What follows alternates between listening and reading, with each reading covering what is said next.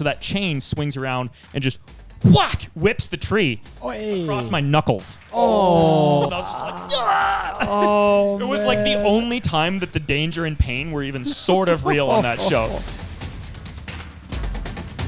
Welcome to the Scent and Bent podcast. We are in a 2-story rotating treehouse. More on that later. The thing I want to start off with first is saying that Steven rode my roller coaster last night. Oh, yeah, dude. That's not an average statement. And it's also, to clarify, not any sort of innuendo. It's just a statement of fact. Yeah. Dude, when I first showed up to your house, I walked into the backyard. I was going to play that song, like, roller coaster, but then I didn't really know where you guys were at. So I walk around the corner and I just see the roller coaster, and I was like, wow, that's Yeah, a little different. I think that's a good lead-in as to say a much longer story of how I obtained a roller coaster in my backyard. But really, it's interesting. I was thinking about this in the shower like sometime last week. It was shower thoughts, you know? Mm-hmm. And my shower thoughts were, how did I get so obsessed with buying cheap, weird stuff from China?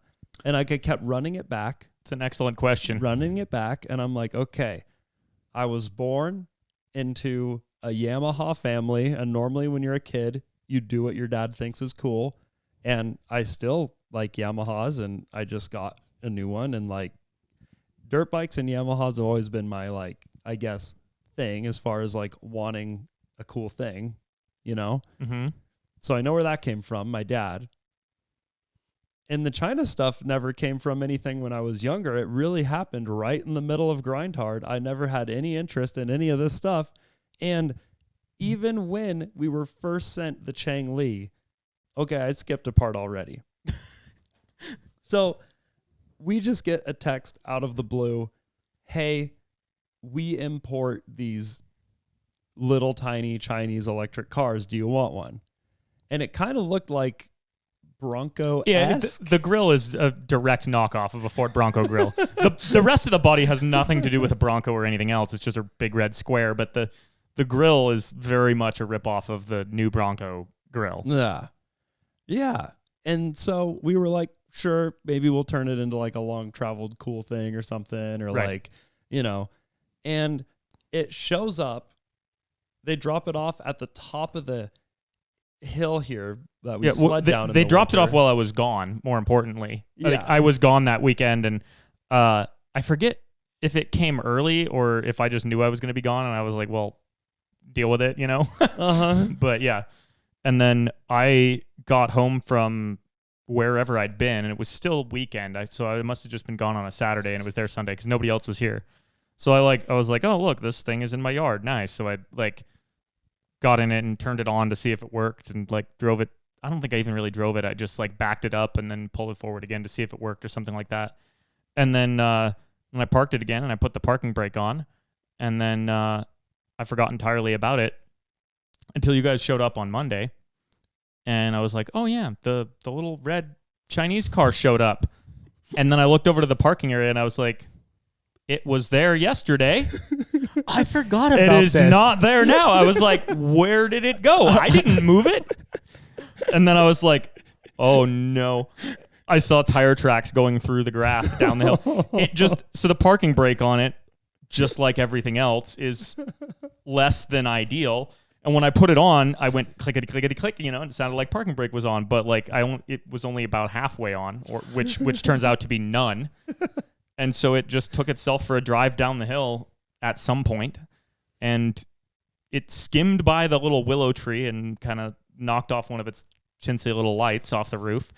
But other than that, it made it to the bottom of the hill unscathed. Yeah, it just wanted to go places you couldn't even walk away. What's really funny to me, though, is I feel like it was a while after that Edwin discovered the Changli. Yeah, exactly. Because it just weeks. Sat there for a long time, and then one day you months. drove it through the woods and you were like, whoa.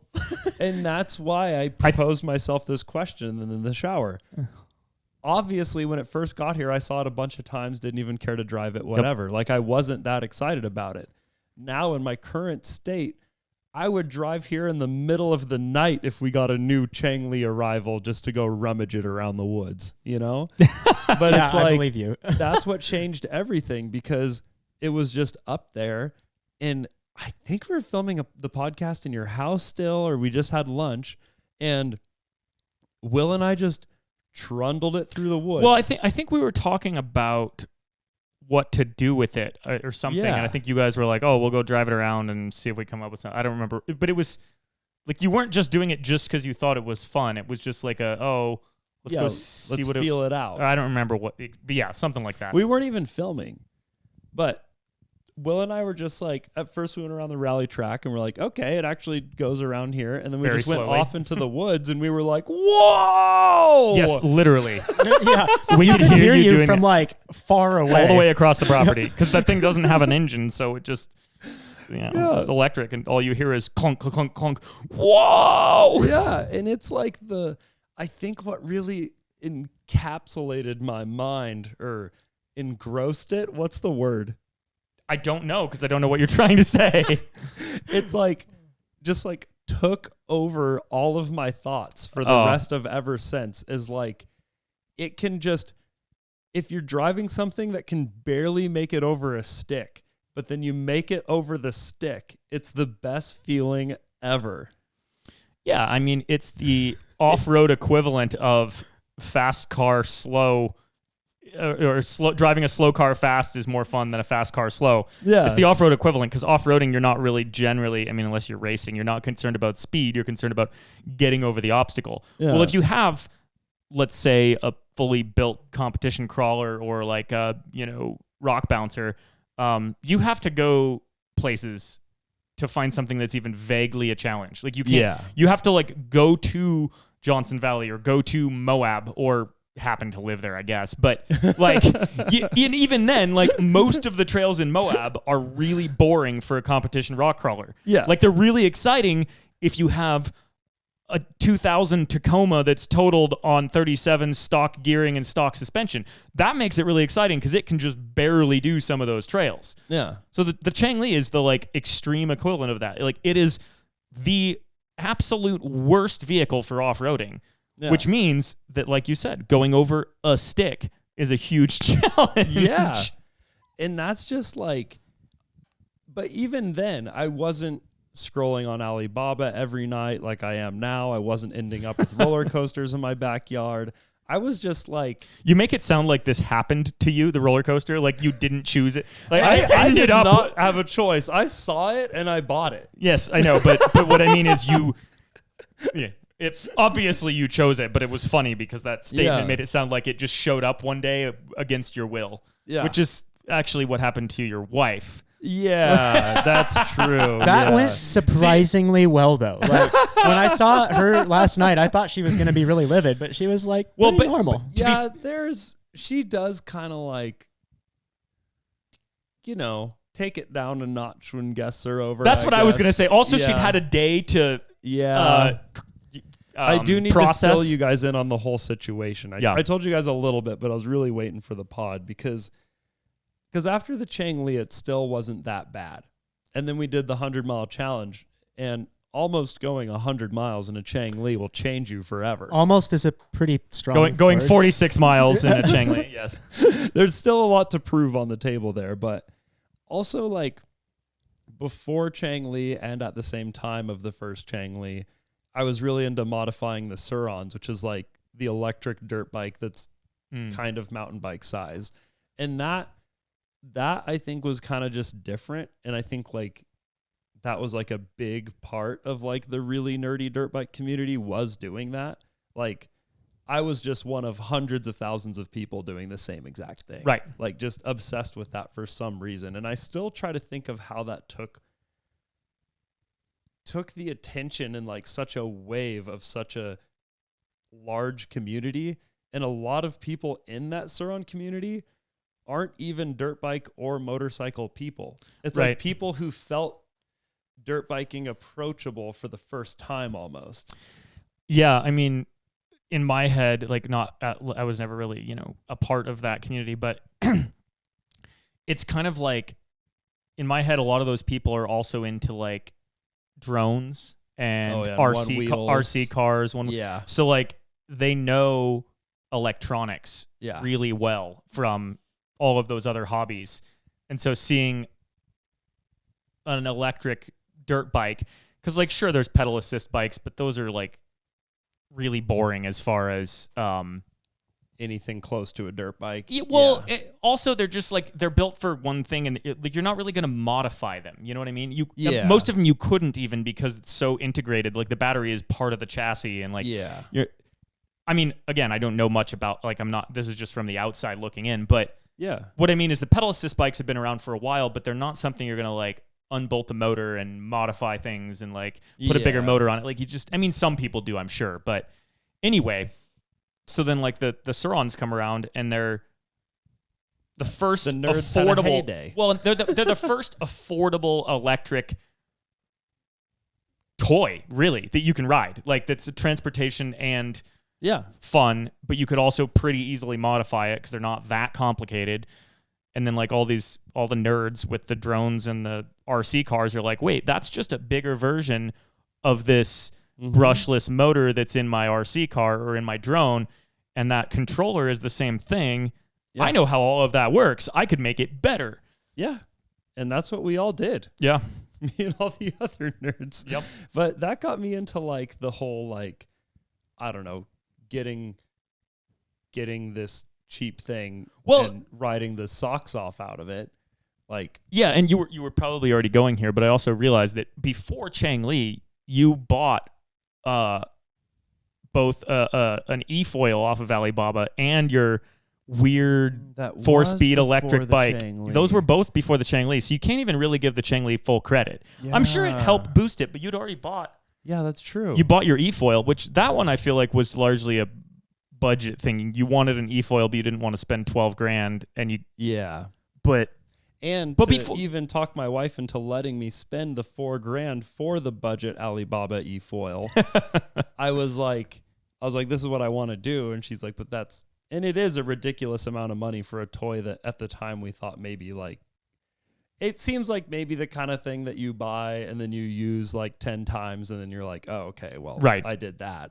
And then that's a total waste. There's zero resale value. Like I totally get her line of thinking. But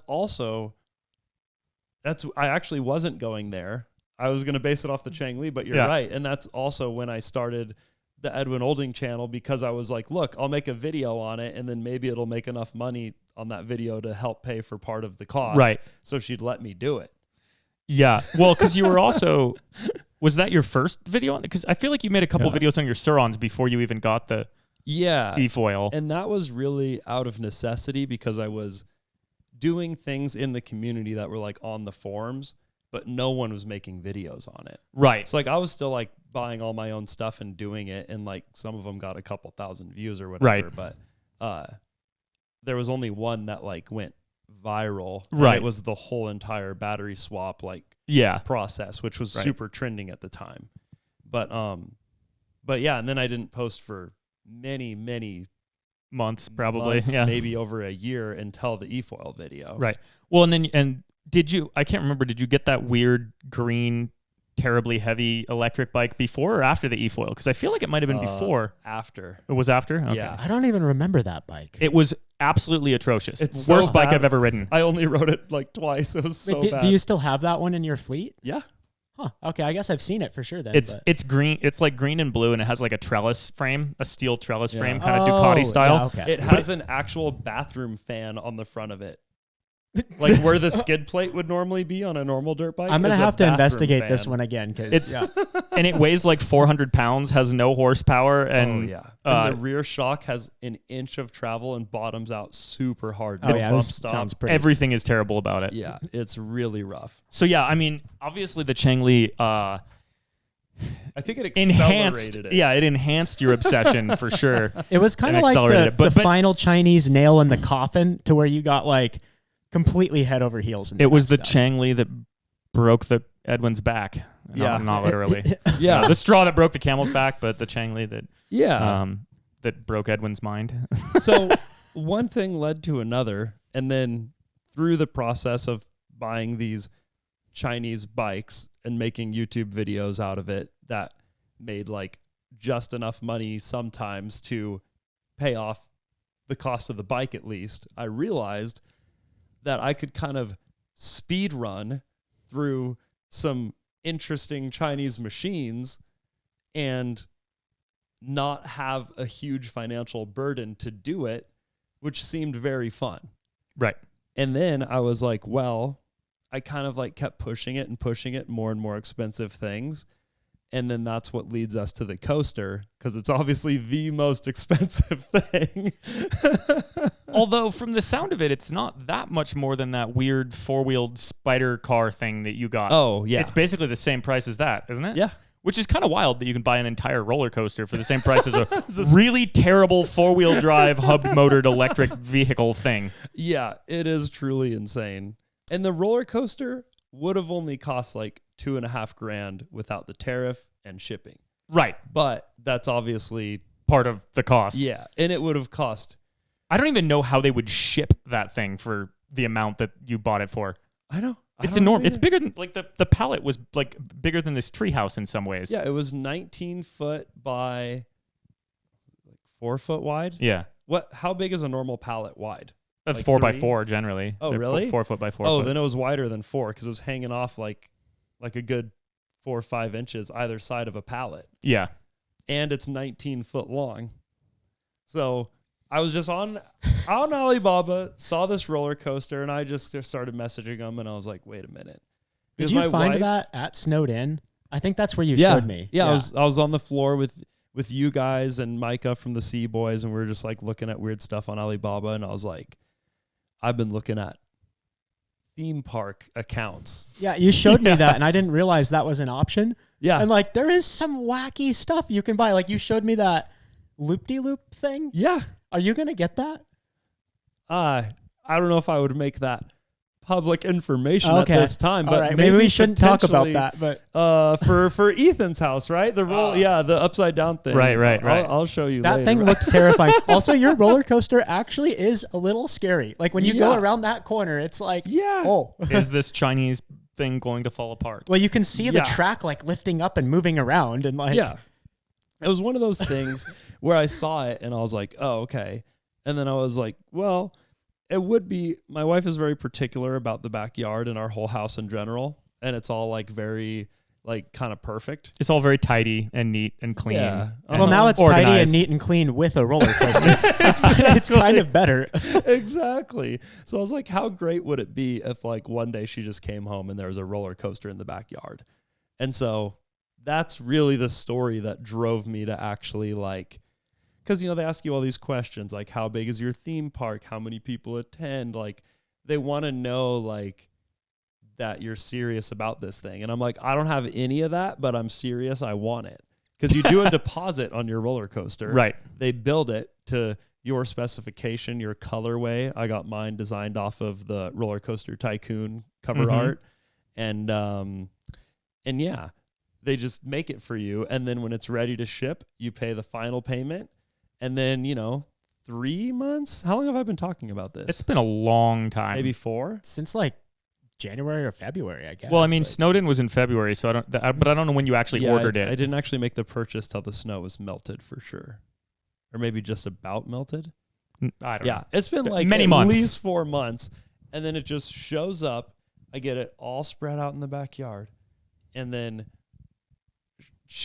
I had her eyes covered. Mm-hmm. We went out on the back porch. I had the Were you filming this? Yeah, I was Okay. filming this, and she's mic'd up and everything, which is good because it was a roller coaster of emotion. Yeah. I was hoping you were going to make that pun. If you didn't, I was going to do it for you. Yeah.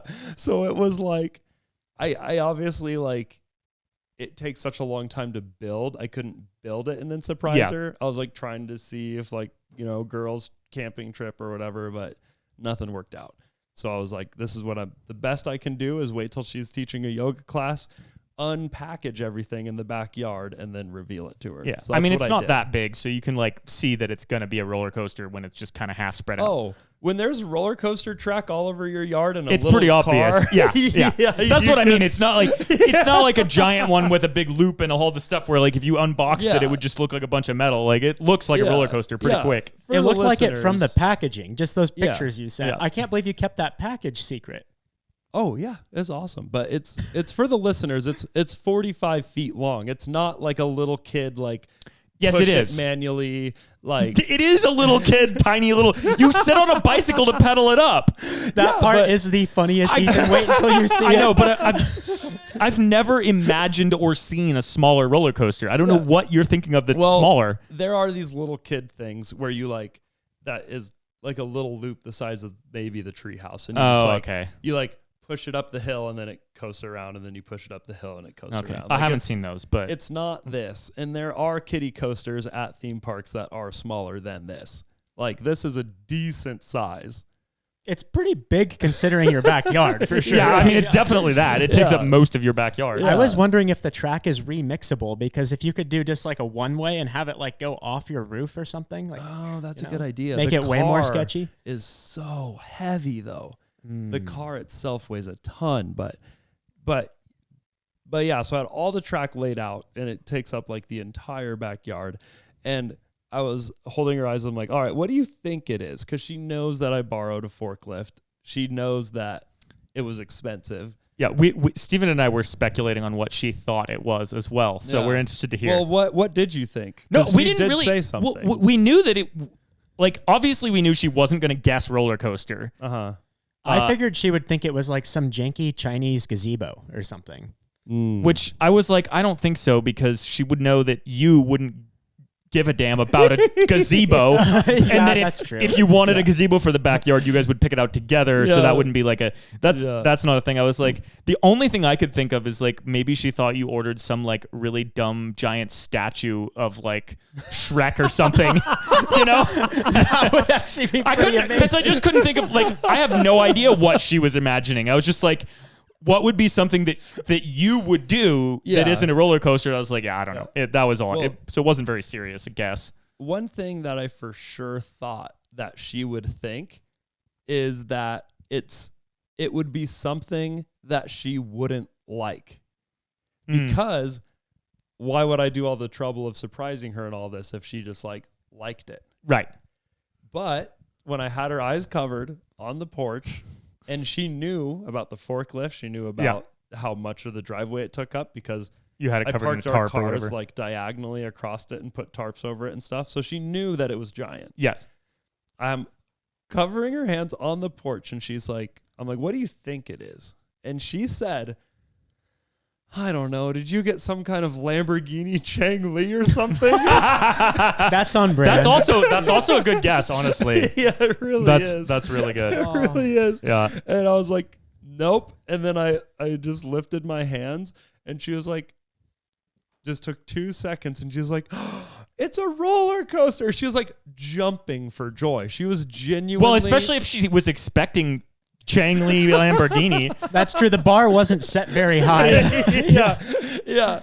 But I was surprised because I thought immediately she might be mad, but she was literally jumping for joy, super excited. She ran up to it, and then she was like, but we're not putting it at our house, right?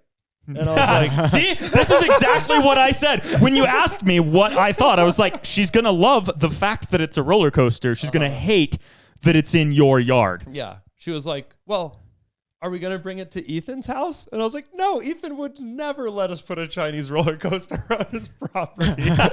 And she was like, well, it can't go here. Like, what about our lawn? It's going to take up the whole yard. Look how big it is. And I was like, yeah, it's 45 feet long. And she's like, that's going to like go from our porch to our back tree. And I'm like, yeah, like that's exactly how long it's going to be. And then it was kind of like I thought it was going to be like, concerned, okay, this is actually kind of cool. But it went, this is extremely cool, extremely concerned. Okay, I'm excited. Let's work on it for a few hours, to like sitting on the porch almost crying because our backyard is, she's like, this is my favorite time of year to be in the backyard. And now we have this big, ugly roller coaster. And then I was like, oh no. I was like, we're kind of committed now. Like, That's when it was like 9 o'clock at night and you were texting us. You're like, oh no, she doesn't like it. Yeah. Yeah. Oh man. Well, that's the thing. At that point, I was like, I mean, it's kind of too late. Like, we paid more in the tariff and the shipping individually than the actual coaster's worth. Right. So it's like, You can't just resell it. No, the only thing you could reasonably have done is take it and put it at your shop instead. Yeah. But anyway. Yeah. Yeah, but it wouldn't even fit in the shop. No, not in the yard. That extra space, the extra lot next door. I did think of that, and then I thought, like, word around town, the kids are gonna know that there's just a roller coaster that you can go ride. Well, and it's not like you can like unplug it. You just like go up and pedal the bike. Like. Yeah, and that is the best part, is that you go up the clickety clacker thing by a bicycle. So that gear reduction is... to clarify, by someone else on a bicycle pedaling you up the, because if you were sitting in the car and you just pedaled yourself up, that'd be that'd be one thing. But like somebody else is sitting on a stationary bike. Yeah. Anyway, so Steven came over last night for the inaugural run, and I don't know about you, but I feel like some whiplash for sure. My neck hurts and my lower back hurts because when we weighed it down, Ethan, we were like putting boards underneath it to try to level it out, and then like trying to weigh it down so that it would not like go all over the place. Pavers. But I hit one of the bricks with the wheels of the cart, and it just slammed my lower back into the rail. I was like, "Oh, that's a poor design. Like they need a padding for your back." Yeah, there's a metal bar right behind your back. But, nice. But it's more intense and fun. I thought the fun part was going to be building it and the surprise. Yeah. But it's also very fun to ride. Nice. It actually is a little bit more enjoyable than I thought. So I'm going to have a big roller coaster party soon. And we're all going to... And I thought it was ridiculous when I used to have treehouse parties. Well, if we had the roller coaster here, everything plus roller coaster and treehouse that party. would be quite a party. And a water slide. Yeah. And M is looking for new locations for the coaster. Well, the thing is, I don't want it here. But if I ever manage to purchase the 10 acres next door, there's going to be a lot more space, and then we could maybe find a place for a roller coaster over there. Maybe like build it into the rally track on the cliff on your mountain property. No, I would even less want a roller coaster up there. Yeah. That would be like visible. Everyone would be like flying around like, oh, that's a cool mountain. Why is there a roller coaster? A bright orange roller coaster on top of this mountain. Yeah. Wow. That would be pretty funny, but no. Yeah. We'll see. I think what's going to end up happening is one of these days I'm just going to come home and it's going to be gone. She's going to like sell it. I think she'll either sell it or just like hire someone to like remove it into like our storage or whatever. Yeah. We'll see. But yeah. So the moral of the story is she actually really likes the roller coaster, but she's still upset about it ruining your backyard. Yeah. Yeah. Well, you're committed that's about for what like I a figured. month. It sounds like the roller coaster party isn't until like the end of next month. Yeah. Yeah, we're trying to find a day that everyone can come. I mean, that's a lot of time to fine tune it, get the track nice and buttery smooth, you know. And I think you put a sprinkler underneath it, and it's like but anyways, that's enough on the roller coaster. But what were we going to talk about? We're going to roller talk coaster about the apparently. Treehouse. Yeah, because we're in, for people listening, this is still the only one in the world that rotates full 360, right? I mean, that I know of. It's possible that somebody else. There's some guy built a house that rotates 360 degrees in California or somewhere. in L.A. Yeah, L.A., yeah. That one's I don't think I've nuts. seen that. Yeah, it's super cool. It's Millions a full-size house. just on the plumbing, because there's this central water thing that it spins around, and then it's like a banjo bolt kind of, but it is a free spinning banjo bolt. It works exactly the same way as the center of an excavator, where it allows the hydraulic fluid to go through and continue spinning around and around. And the guy was a heavy machinery engineer, right? I don't know. He was an engineer. I don't know what type of engineer, but he's anyway. trying to sell it, and it's really hard because he's the only one that knows how to maintain it. Yeah, and it that's does not require something like you maintenance. can just call a plumber and be like, hey, the rotary valve for my sewage is backed up. Yeah. But yes, we are in a 2-story rotating treehouse, so currently the rotation mechanism has been mildly broken for many years. And I just tried to fix it today, and it is kind of seized up. So, it'll take a little bit of elbow grease or, actual grease to get it moving again. Yeah. But yeah, it does. It can rotate indefinitely. So in theory, if we keep doing podcasts up here, we could set up a little electric motor with 20,000 to 1 gear reduction or something. And it could just sit here and slowly spin the treehouse around while we're podcasting. Yeah, we have to do that. That would be so cool.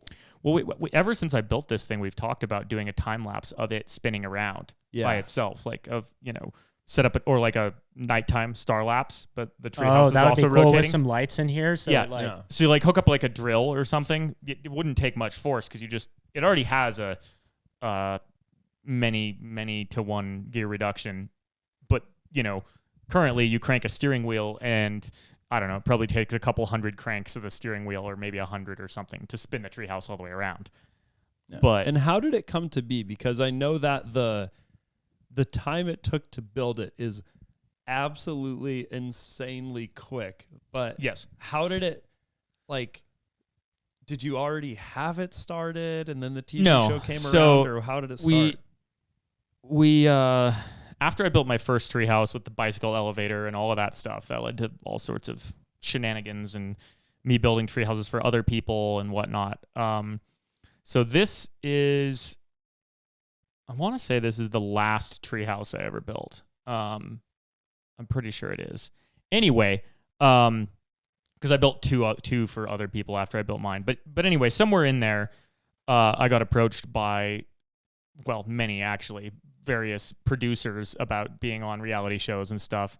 I was on an episode of Treehouse Masters just for one episode, but then somebody came up, a group of producers came up here and shot a sizzle reel, and they didn't really explain, because I don't think they'd really fleshed it out yet, what their idea was for the show. They were just like, we're going to make a show about people living in tree houses. And I was like, well, I do live in a tree house, so there you go.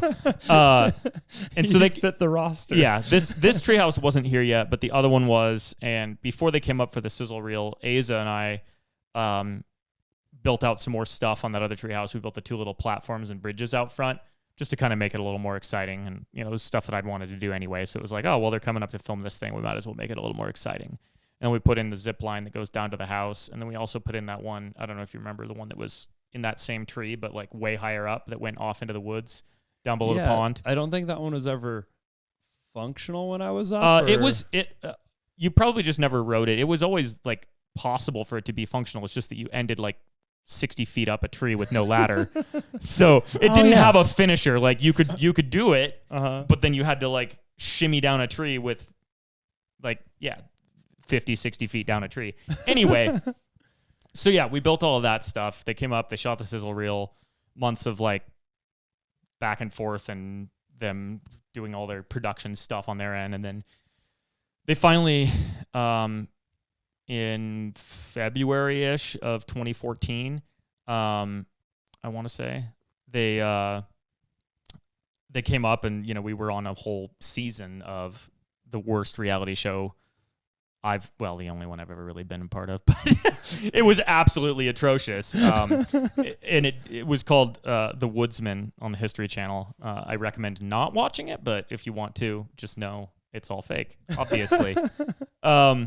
Anyway, so for that, they wanted like more of a storyline, and obviously it's all just made up crap that they came up with. But like their story is that I live in this treehouse out in the woods by myself, survivalist, like back to the land, hunt with a bow sort of thing. Didn't living they like in a make treehouse. you fish out of it or something? Not out of the treehouse because there's no okay. creek, but they made us like, I don't remember I don't think that actually made it into the edit, but there was talk of us like fishing from trees, and I was like, that makes no sense. Well, it seems like the kind of theme was is lava. Like as much stuff as possible you do from your tree house. Like you grow your own food up in your tree and stuff. Yeah, which just doesn't make any sense at all if you're gonna like, I don't know. It's how reality TV works. They have to have a plan and a script and a storyline, or they're not gonna even show up to shoot because they won't get their show. Yeah. Anyway, so part of their story was that like I had lived out in this treehouse, or Asa and I grew up together, which is true, and that I had like recently built my treehouse, and Asa was like, "Wow, this is really cool. I want to come out here and live this way too." And so, the story arc for our for our part of it, because there was also like some other guys that they paid to have tree houses built for that were just actors on the show in various other parts of this part of the country. But anyway, so our story arc was that Asa was coming out here to build his own treehouse to live in, so we could both live out here in the trees and in our tree houses. So this was quote unquote Asa's treehouse for for the series. So we knew about that for, months ahead of time before they showed up. And so we, Asa also helped me with one of the other tree houses I built, the nice one on the lake. Anyway, so we spent some time like talking about all the things that were good and bad about the other tree houses that I or we had built, just kind of like coming up, and we want to come up with something different and interesting and new, So in the process of designing this one, we're like, well, we might as well make it 2 stories because that's the easiest way to make one that's like actually bigger. Because if you just keep going out like from one tree, it gets less and less stable and, harder to build the farther out from the tree you go. So anyway.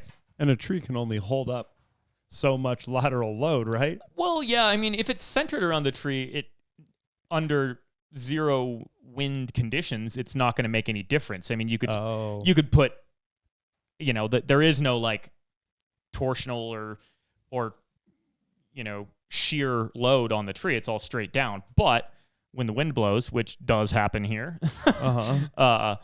then your tree leans over to the side. And yeah, if your tree house goes 20 feet off to one side and it's leaning to that side, now suddenly all of that weight is cantilevered off. It's all going to try and pull the tree over. So anyway, we came up with the 2-story design, and if we had truly massive trees here, we would never have come up with this idea, because you could build it in a 3-foot diameter like you got over on the coast in Washington and Oregon. You've got like 3, 4, 6-foot diameter Douglas firs that are 500 years old, and they don't move.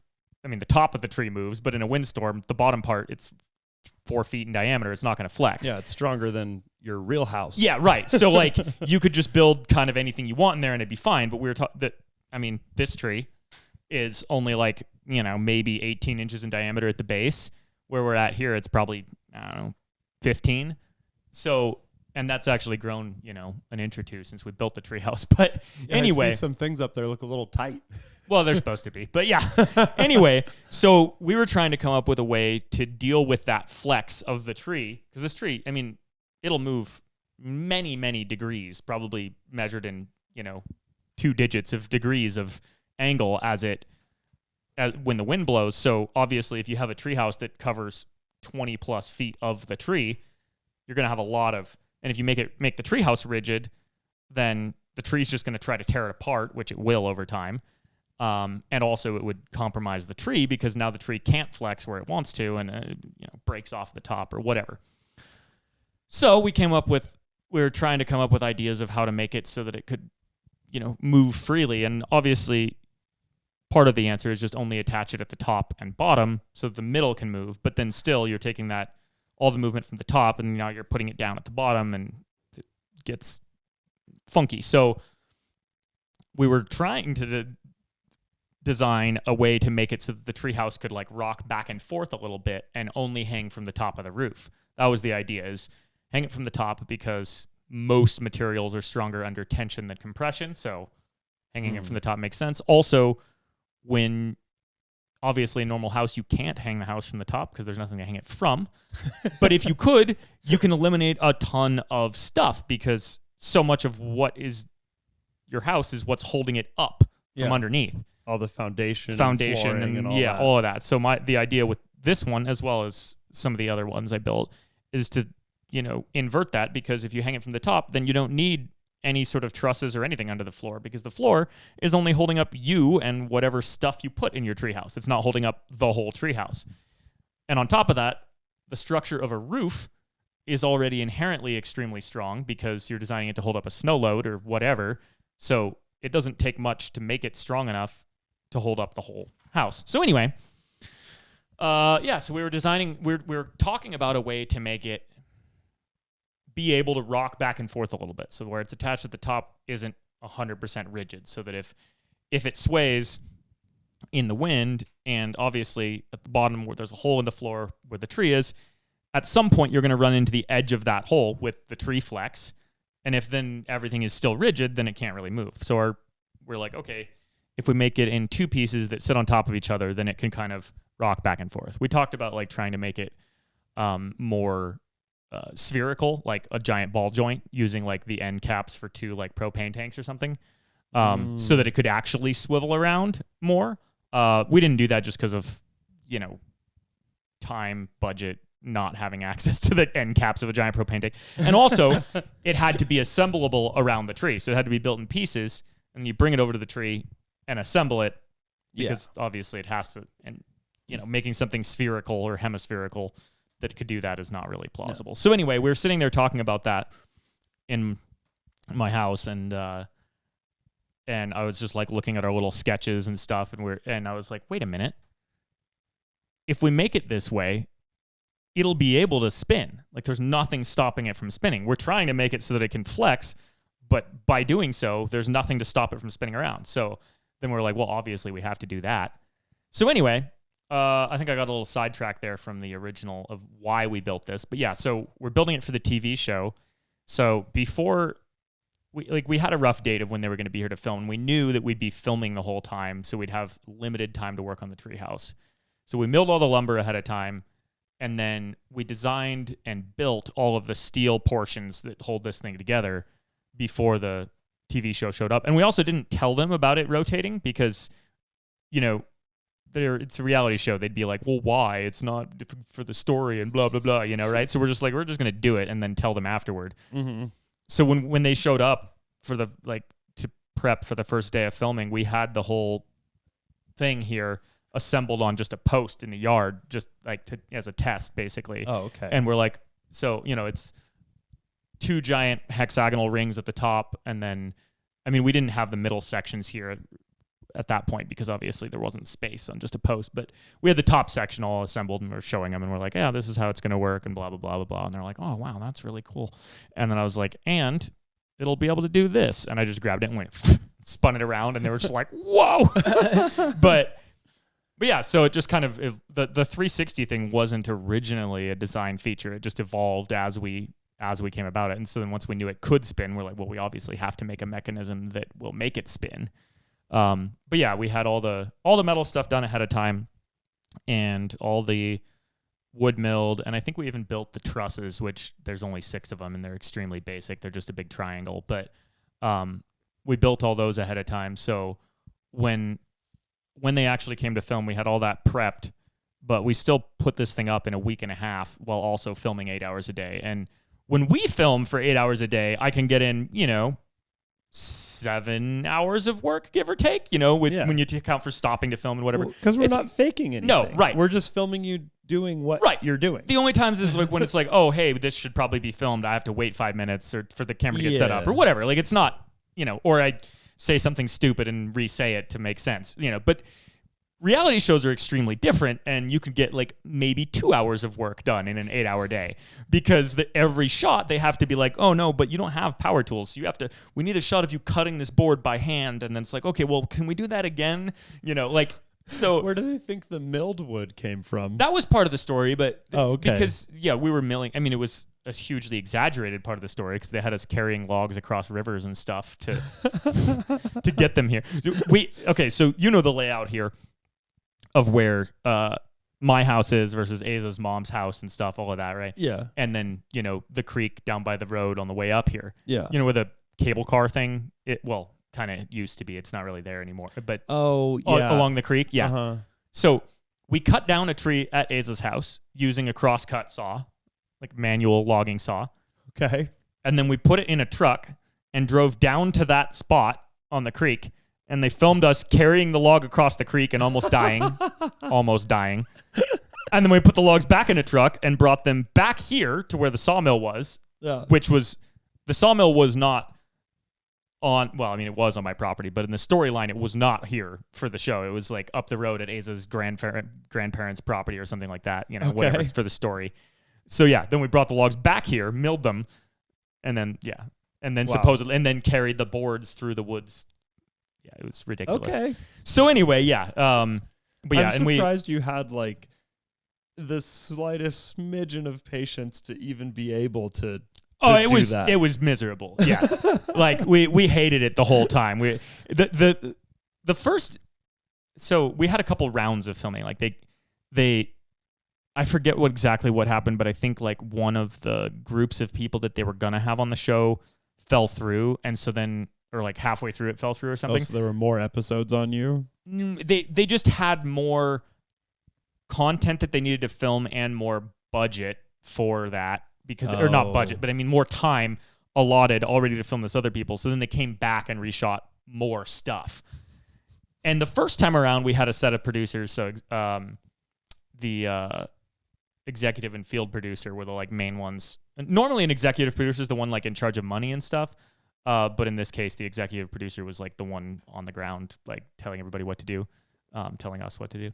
And the field producer was like their assistant. Anyway, they the first set was like they made us do dumb stuff, but they were like nice about it, and they like I don't know, they were nice people. The second round, the producer, the executive producer, he hated me about 2 days in because I questioned everything. He's like, we're gonna do this. I was like, that's really dumb. We should do it this way. Like I already had a pretty good idea of how stupid the show was, but I was like, but we can still make it better than what you're trying to do, you know? Yeah. And like, it was little stuff like, I mean, obviously, like I did it just because that's how I am, but also like at a certain point I started to like kind of enjoy it because it made him so mad.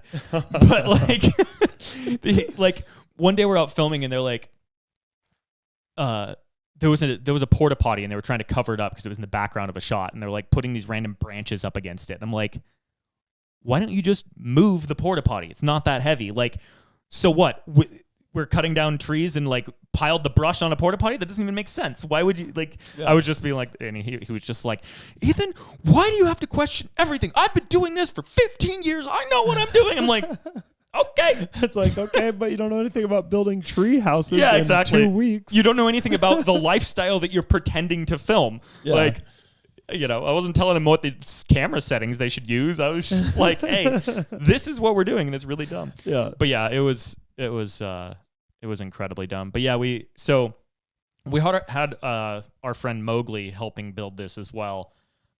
He was just kind of around helping out with the whole production, really, but mainly he was here to help us build this because we knew we weren't going to have enough time during the day. So when we were off filming other stuff, he was still working on the treehouse, and then all three of us, Asa, Mowgli, and I, would all start out here at like 5 o'clock in the morning or something, work until the crew got here on the treehouse.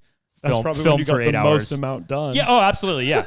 And then did they ever make you like undo your work? Like, no, we need to film. No, because they knew we had to get it done. Okay. So like, yeah, So anyway, but yeah, it was a week and a half that we were, that it was put up. That doesn't count the mechanism to spin it, like the chains and stuff. We did that later. Okay. But that includes like the welded hexagons holding up the trusses and yeah, I mean, like I said, they were already the windows, welded. like yeah, everything but in a week and a half. Installing it in the tree and everything. Yeah. And I mean, we also built this ridiculous little, I mean, it wasn't that, it was kind of cool actually. We built this little triangle of boards around the tree with a bunch of cables and a come along and stuff. So we assembled it on the ground and then lifted it up. It was like a adjustable scaffolding around the tree. Really? Yeah. Oh, you've showed me pictures of that. I don't know if I've ever seen that one. Yeah, I don't so think it was like a triangle, but the inside was empty. So like Yep, you could go exactly. around the whole tree It house? was no, not around the whole tree house, just around the tree, because we had to have a way to attach all of this stuff. Yeah. Up there and to work. How high is the top there? Well, the floor is something like 18 feet off the ground, and then the boards that run up the outside are 16 feet long, so that gets us to here, and then there's another like 5 feet. So it's like 40 feet off the ground. So you're not going to have any kind of scaffolding or ladder to be able to do that. Well, and also they didn't want it to look like we just had a normal extension ladder for the show because it kind of looked dumb. It wouldn't fit their ideas of what. So yeah, you had a giant triangle hanging from what? A couple of ratchet straps around the tree with like carabiners in them.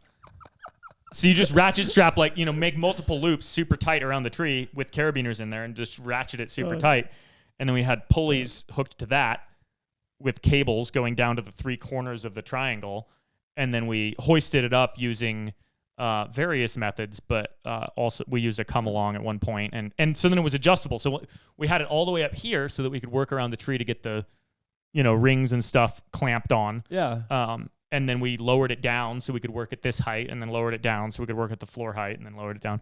But there was one of the few scenes in here that was kind of real.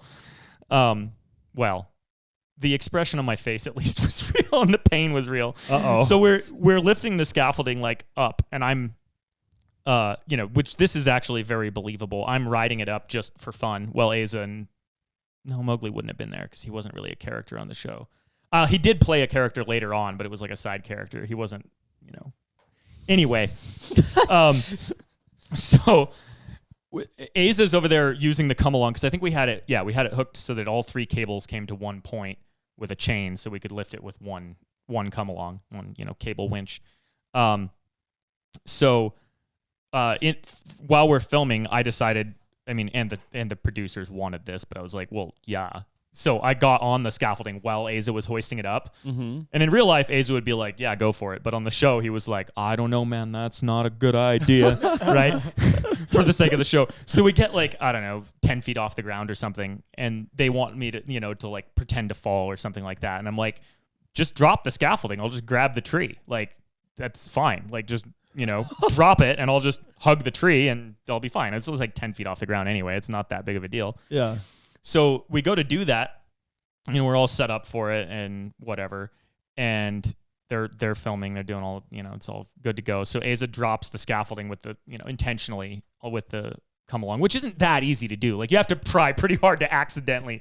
Anyway, because you'd have to hit release the disengage mechanism, right, and keep it held. Anyway, I don't remember how exactly he did that, but so the scaffolding drops. I just jump, grab the tree. That all works out fine, but So the come-along's a cable, and then the 3 lift cables are cables, but in between them is a piece of chain, like 3/8 diameter, or might have been 5/16, but either way, big-ass chain. Mm-hmm. And you can imagine that what might happen to it when suddenly all the tension is gone from it. So that chain swings around and just whack, whips the tree across my knuckles. Oh. And you couldn't let go. No, because I was holding on with that. So I'm just like hugging the tree, and the chain just goes whip across my knuckles, and I was just like, ah! It was like the only time that the danger and pain were even sort of real on that show. Because there's so many times we had to pretend to like fall out of trees and almost die and just all this dumb stuff, and that was the only one that like did actually they use hurt. It made yeah. the Oh episode? yeah. I think so. I'm sure it did. They're probably like, let's get another take of that. We'll get a close up. Put your knuckles right here. There was a few times where I was like, I'm not doing it again, and they're like, okay. Yeah.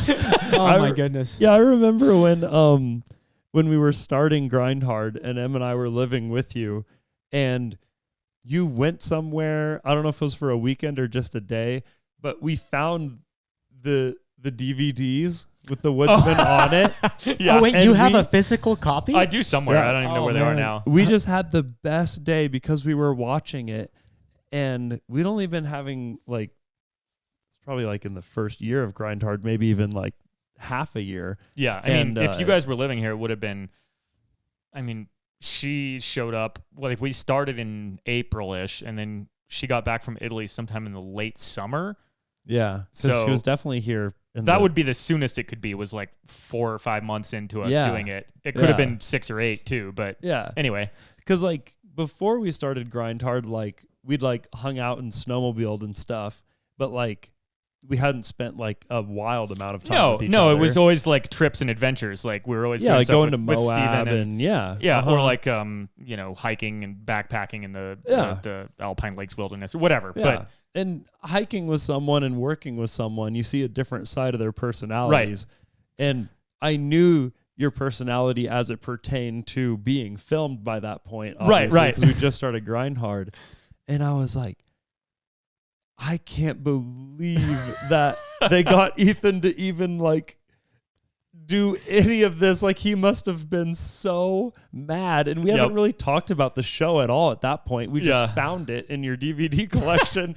And so because you knew I'd been on it, but we hadn't discussed it. Yeah. So we were like watching it, and like it wasn't your party, but some other group of people were like hunting for elk with dynamite or something. It was so bad. What? One of my favorite scenes I've never even seen most of. I've watched like the first 3 episodes, I think, maybe 4. You probably couldn't handle it. I know I couldn't. I was like, this is too dumb. I can't. In one of the first couple episodes, there's this scene, again, one of the other groups of people. It's these 2 older guys out in like the Colville National Forest somewhere, or supposedly anyway. Were they the ones with the beards? Yeah, well, everybody had a beard, so that's It's probably like a prerequisite. Like, Have you seen any of it, Steven? No, I don't watch that stuff. Well, you gotta watch. I know. this. I got to now because it's also like young Ethan, you know? Oh yeah. Yeah. Uh-huh. so. This other group, the producers come up with this idea that their neighbors are poaching their trees, cutting them down and stealing them, which, you know, I'm not going to say that's never happened because there's a lot of logging around here. And I'm sure there's many times where there's a logging operation and they fudge the property lines a little bit because there's some really nice trees over there. And It people happened to one of my friends. Sure. Yeah. Like that happens. But it's when there's an active logging operation going already, and then they go cut a few extra trees off of their property, right? In the show, it was these guys were out there in the middle of the woods just poaching trees. Like, they sneaking and getting one random nice one. But the best part is their grand total of equipment was a chainsaw, obviously, fair enough, a four-wheeler with a little trailer behind it. Not a log arch? Nope. Just a little trailer? Little trailer. And they're cutting like 3-foot sections. What? And this guy's like, they're poaching my trees. Get out. You know, he comes out with a gun and it's like, I'm like, guys, you didn't even try. Like, he could have been cutting 16-foot sections. At least there's no reason not to do that. Yeah. None. Also, one of the things that made me another thing that made me really mad, because it was just a reminder of how little they cared about anything. Mm-hmm. But in the first episode, you know, they're talking about types of tree. They're like, and now Ethan and Asa are going to build this in a large Douglas fir tree, you know, or they're cutting down this cedar tree, right? They miss the trees wrong every single time. But it's so easy to get right. I know. And they're like, and I told him that because like after the first episode aired, the producer called me or whatever and was like, "Oh, did you see the episode? What'd you think? You know, blah blah blah. It's doing well. You know, whatever." It was, you know, and I was like, "Well, you guys identified almost every single tree wrong." And he's like, "Oh, well, yeah, you know, we're just sitting in here in the editing. You know, we don't know. They all look the same to us." I'm like, it would have been so easy figure it out. Yeah. Like I was like, next time, just call me. Send me a half screenshot, and I can tell you exactly what it is. I was like, have a tree book open on Wikipedia. Yeah, exactly. I was like, it's not that hard. But yeah, no, they just. But yeah, the tree poaching scene was the dumbest thing I've ever seen because I was like, one, that's not a thing. Like, yes, people do steal other people's trees, but it's when they're doing a big logging operation, and they just see an opportunity and they're cutting, or like on accident, maybe. Or on accident. That happens all the time. But like, if it's happening intentionally and maliciously, it's not one dude with a four-wheeler and a chain. Like, that's just... Yeah. Also, nowhere near a road. Like, they're just out in the forest. How are you going to get these logs out of here? Yeah. Your four-wheeler? Well, that's why they're 3-foot sections. Yeah, I know. It's like, nobody... The fact is, nobody... Yeah, it's just like, this is... Yeah. But they act like this is like this whole big thing. Oh, there's tree poachers. They're coming to get my trees. The one I watched, I think, was the one where you and Asa were getting the log across the river. Yep. Mm-hmm. And these guys with like really big beards were burying dynamite in the side of this like rocky area. And the idea is when the elk came by, they would ignite the dynamite and it would like kill the elk. But I believe they had rifles on their backs while they were doing this. They're just trying to pre-make ground beef or like ground elk. So another really, really dumb scene was on the other guy's part, which is like, it was one of those things where I would have just been like, no, that's stupid. I'm not doing it. Because I did that a lot. And so did Asa. But like, we had to say yes eventually to a lot of dumb stuff, but like we would try really hard to make it less dumb. Within reason, it is the job description. And I'm sure you guys signed a contract saying like, we are going to not tell people that this is all NDAs and stuff, all of that. Yeah. At the end of the day, a lot of times I just had to like do it and just be like, refuse to say what they wanted me to say. Like, they'd always give me these lines and I just would... I could have just said it exactly like they said, but I was like, no, I'm going to put it into my own words. And they were like, why do you have to be so difficult? I'm like, it's not supposed to be scripted. I'm supposed to say it in my own words. It's funny to think too, if only they like knew or like trusted you, Yeah. like just filming you do what you actually want to do Right. has proven to be like very successful. Way more views than the show ever got. Yeah. Yeah. It'd be like funny. It'd be like early Grindhard is like the woodsman, and then it's just like you building tree houses, and I'm sure that would have graduated to you doing like heavy machinery and Right. like things like the fire truck. Yep. Just organically. Right. But yeah, I was got sidetracked there. But yeah, there was this other really dumb scene in one of the other guys' things where he's like hiking up the side of this mountain and, you know, almost dying every 5 seconds and whatever, because that's how the show is. But he comes across this tree that anyone who's ever lived in the forest would recognize as a tree that's been eaten by a woodpecker, because it's a dead tree, and the, you know, bottom section where it's all rotten, they just dig holes all over the place, and there's chips all over the over the place. And he's like, oh, bear's been here. I better be careful. This is evidence of a bear on the tree. And like, obviously About the he knows woodpecker better. holes? Yes. Oh. Yes. But also, they're filming in this in February and talking about how hard and long and cold the winters are. Oh. And bears hibernate. Oh my goodness. Granted, they filmed on the least, like, I don't know if you remember that year snow-wise, but the whole month of February it didn't snow and the ground was bare, which is like extremely unusual here. So like it was really funny because they were trying to make it look like these long cold winters. We had it was just sunny and like there was no snow anywhere the whole time. And then they came back in like June to film some like pickup shots, and I'm like, the leaves are all green, guys. How's this gonna work? It doesn't seem like they cared that much No. about continuity. They didn't at all. Yeah, but anyway, it was wild. Well, it got this treehouse made. Yeah, So which that's is pretty cool. It's cool Not to actually finished. And do you got something in paid here to now. build it. Yeah, we did. Yeah, Because we I know you paid. got paid to build other people's tree houses on their property, but to get paid to build a house on your own property is a pretty unique situation.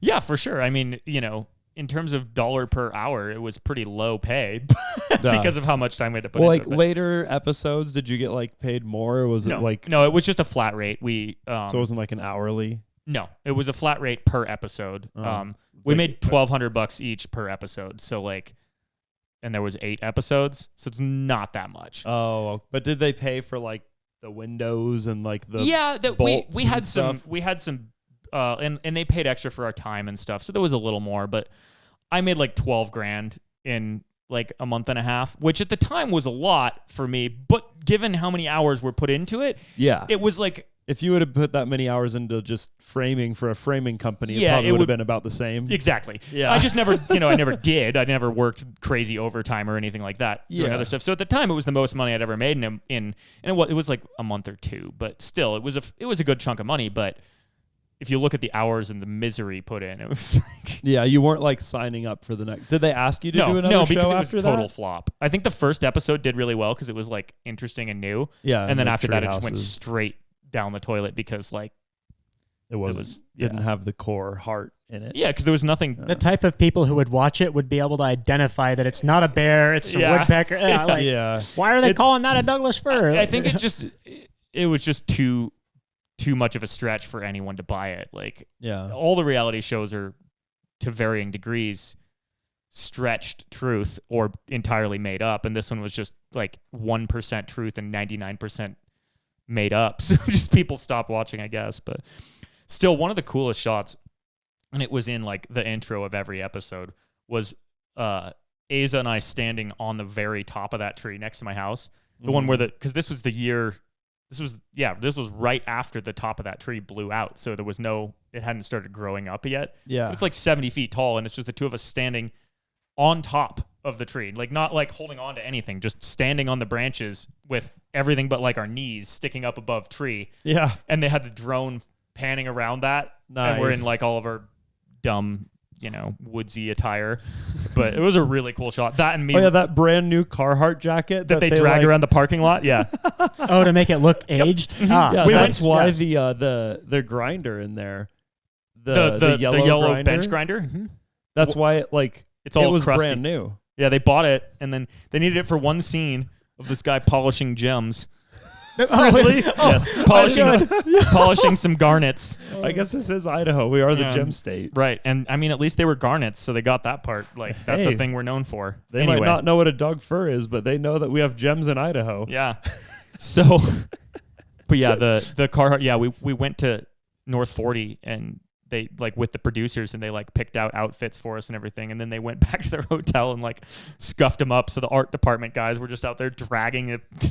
I would have really liked to see that. Imagine looking at those guys and having no idea why. They're like, they're just that man just bought that coat. Now he's in the parking lot ruining it. What kind of scam is this? Yeah. But that yellow bench grinder that's been in since day one grind hard. I just assumed that was naturally occurring. It was basically brand new when we started grind hard. It just looked like it's been because they covered it down from Chris or something. Because they covered it with orange spray paint and stuff to make it look rusty. Yeah. Which is funny because it's aluminum, but whatever. Anyway, that was pretty silly. And then did anyone like after all that, like there must have still been some show contacting you for some treehouse related content or something. Not that I can remember after that. Yeah. Because we obviously got really hit up when the early grind hard videos were going viral. Yeah. But honestly, that was the tail end of the treehouse stuff on it. Like because it's between when they like came here to film the sizzle reel and first started talking to us to actually filming to actually releasing. I think it was like over a year, that had happened. So by the time that was done, the rest of the treehouse stuff had pretty much died off. Because there was a minute where tree houses were like the trending thing in pop culture. Yeah, and I was the treehouse guy around here. Yeah. But yeah, I mean, there was a minute. I got recognized at Home Depot once for being on the Woodsman. Really? Yeah. That's awesome. Once. Did you ever get hit up by anyone for a show, Steven? Yeah, when Ethan started doing the Woodsman, there was a moment where they were like, oh, maybe we need more people. And they had me like film this video and send it to him. And I was basically like, I'm Steven and I can climb rocks. I forgot about that.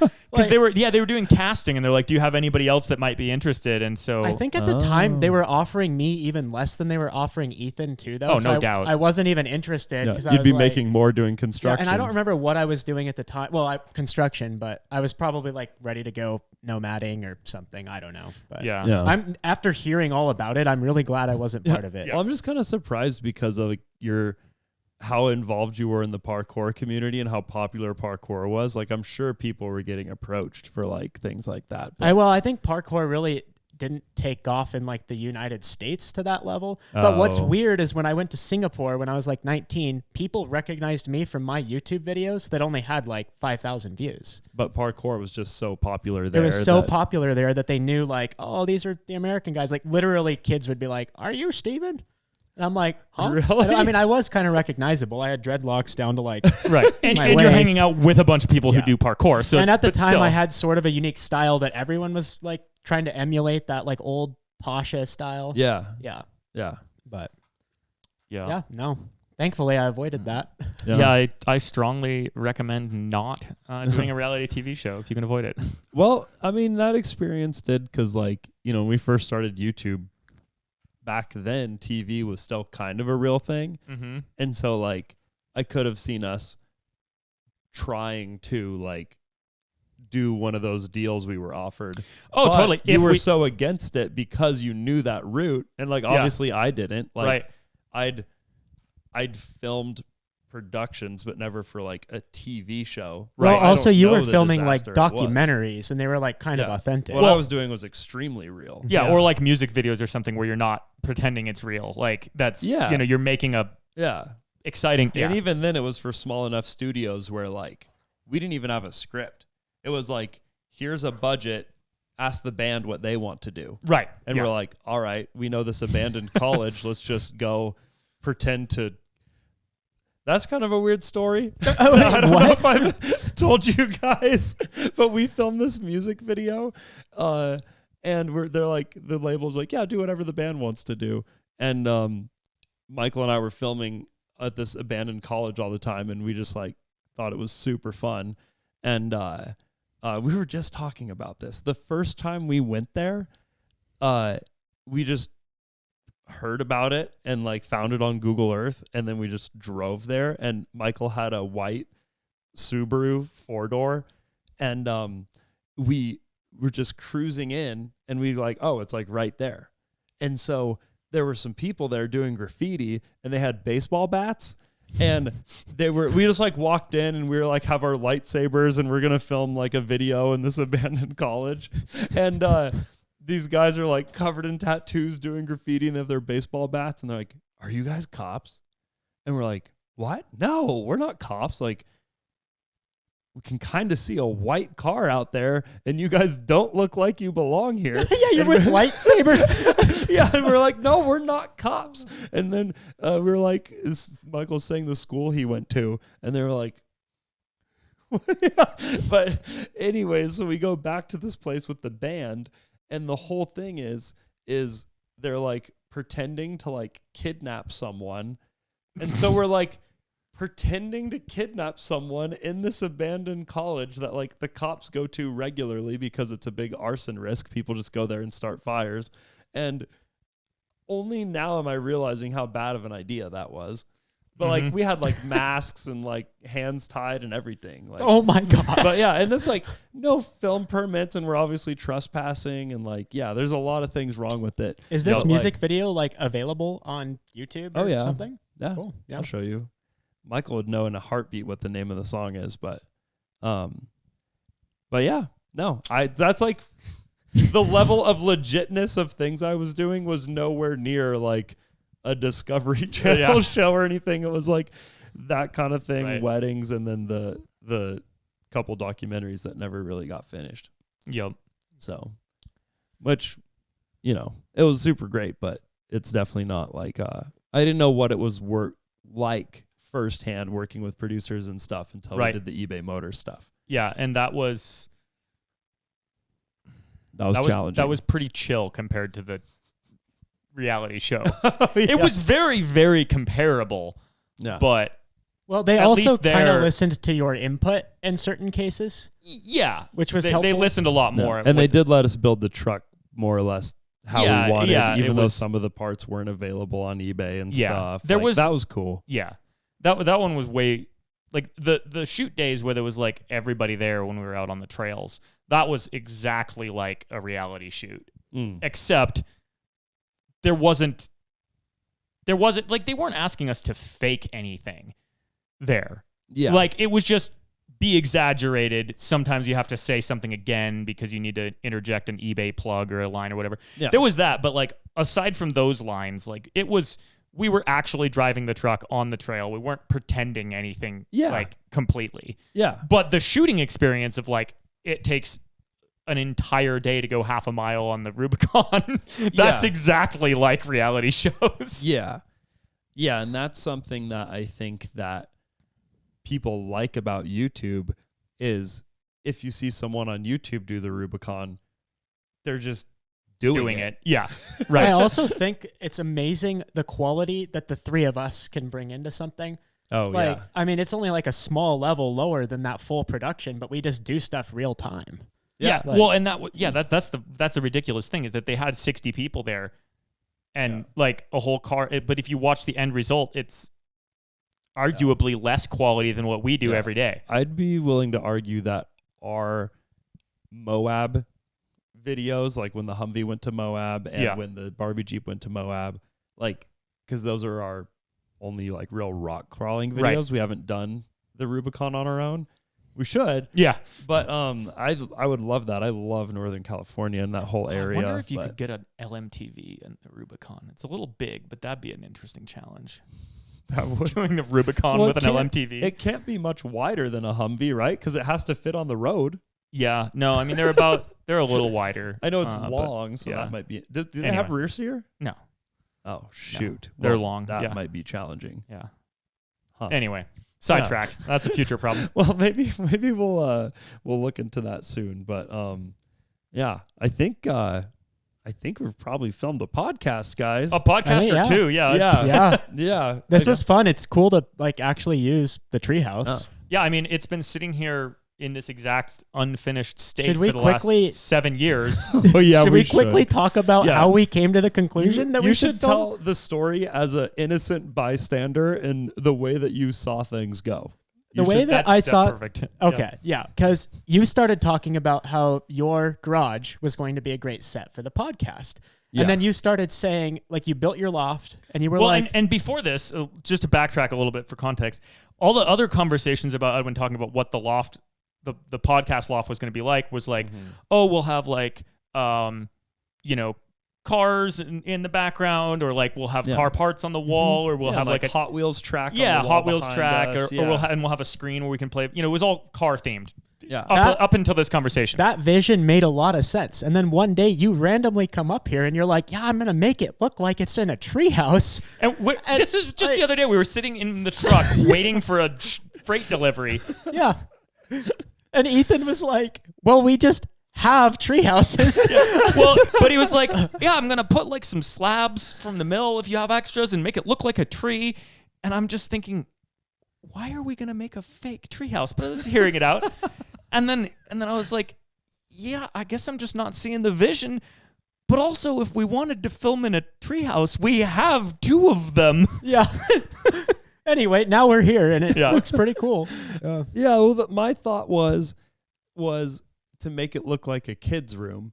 But then when I was in the loft, when I'd finished that whole process, I was like, oh, it kind of feels like a no girls allowed kids Clubhouse thing, yeah. And I was going to make it like also kind of like the dream clubhouse when you're a kid, like GameCube, like old school TV, like our kind of setups when we were kids, We should put a pinball machine up here. I've been wanting a pinball machine, and there's just really not that much space for it in the shop. I'm just really disappointed pinball that machine in the collectively treehouse. we didn't acquire that roller coaster tycoon pinball machine. Oh man. The Playboy one was pretty good too, but yeah. There's a Waterworld one right now that looks pretty sweet. Oh, really? I loved that Wow. movie when I was a teenager. Yeah, Anyway. but for some reason, when I was in that loft, the loft was already done. And that was the first time I was thinking, wow, treehouse set would be sick.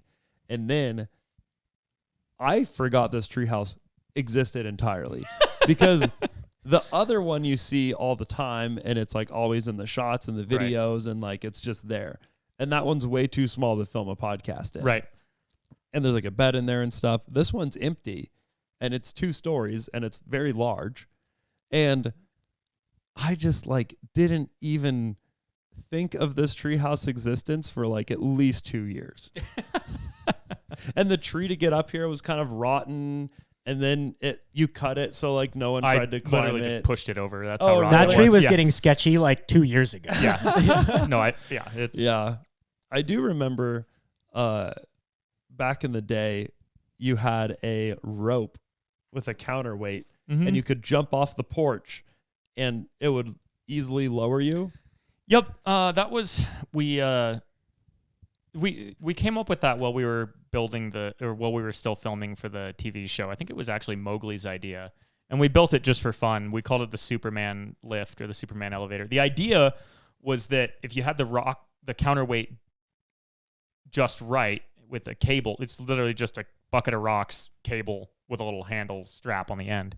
The idea was that in theory, you could pull that weight down, squat down on the ground, and then jump really hard, and the counterweight would pull you all the way up to the treehouse. Mm-hmm. Which we did make that work a couple of times, but it had to be within like 2 pounds of your body weight. Yeah. Like And then also, if it was enough to lift you up, then going down was like really slow and or didn't happen. Because at the end of the day, I mean, maybe we could have made it better with like replacing the steel cable with like Dyneema rope and then putting a really high quality pulley in there. But the thing is, there was just enough friction that you're dealing with a system where like it's designed to be basically exactly as much weight as is going down is coming up, right? Mm-hmm. And then you add in a little bit of friction, and now it no longer works because that friction overcomes any little advantage you have. But it did work really well for being able to just grab the handle and jump off the porch. I remember doing that a couple times. Yeah, it was fun. Kind of fun. The one that's most memorable to me, but I don't remember the exact situation, maybe you do, is when your ex tried it. Oh, and didn't she get like stuck or something? She was like hanging there by her glove or something. I don't even. I remember very there was vaguely- some kind of disaster, but I don't remember Yeah. the details. Well, I remember when because I think we were just dating at the time, but when my wife tried it, she was wearing a glove with one of those little like things that keep them on your wrist even when you take your glove off, you know? And she went and her glove was like slipped and then it like hooked the thing, and that was the only thing that kept her from just falling off the porch of the treehouse. And then immediately after, your ex did basically the same thing, but she like didn't let go and then like started going back up and then let go and like fell into the snow. Yeah, it was something like that. Also, I just like, remember it was like two really situations in a row, and I was like, wow. my previous ex also got stuck on the bicycle elevator once. Oh, really? Yeah, she got like halfway up and the cable came off or something, and it was like Wait, who? Emma. Oh yeah. Yeah, a lot of people got stuck on the bicycle elevator. That was pretty standard. But it was never like a disaster. No, it was because never a just- disaster. Yeah, but if you did it wrong, the cable would come off and you'd it get was stuck, and comical then you- though, because people would be up there like, no. And I'm just like, it's fine. I'll get a ladder. I'll fix it. And then yeah. you just climb up there No. and fix the thing, and then they go down. But Well, now that we're in the treehouse, I'm sure we have a lot more treehouse stories to tell. Indeed. But for now, this is the Set and Bent podcast. Thanks for watching. If you want an ad-free and early access Set and Bent podcast experience, join the Premium Members Club. We're going to do a bunch of cool things this month for the Premium Members Club. Most notably, even if we don't have a giveaway announced, you are getting entries to the next giveaway by just being in the Premium Member Club, let alone all the other extra goodies. So also, we have all sorts of exciting videos coming up for the second channel, Bonus Bolts. So yes. go check that out as well. So far, we only have one video up there, but we're going to be posting another this week and hopefully more or less every week. More or less every Wednesday. That's the plan. Yeah, we're not going to force it. We're not going to post something bad just because we feel like we have to. Yeah. But When we have content, which we have a huge backlog of it right now because Yeah. we've been filming it for months. yeah, we're locked in for Yep. every Wednesday for a while. So definitely check out Bonus Bolts, the Premium Members Club. And of course, the Set and Bent podcast is available wherever you listen to podcasts. So thanks for listening.